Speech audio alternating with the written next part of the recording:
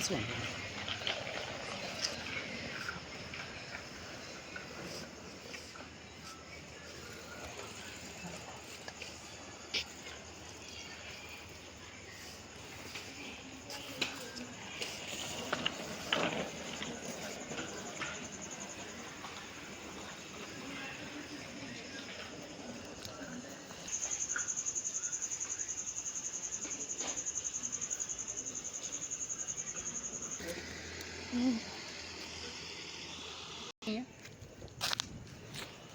મેં આવી જાઉં છું, આમાં જોઈ લેતા ચાલુ કરી દે.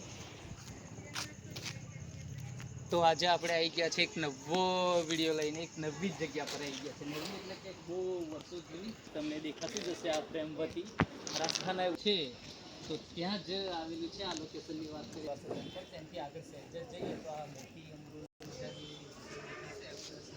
મને આપણું મેનુ ને બધું લખેલું જ છે, એ પ્રમાણે તમને સરસ મેનુ સ્વાગત થાય છે.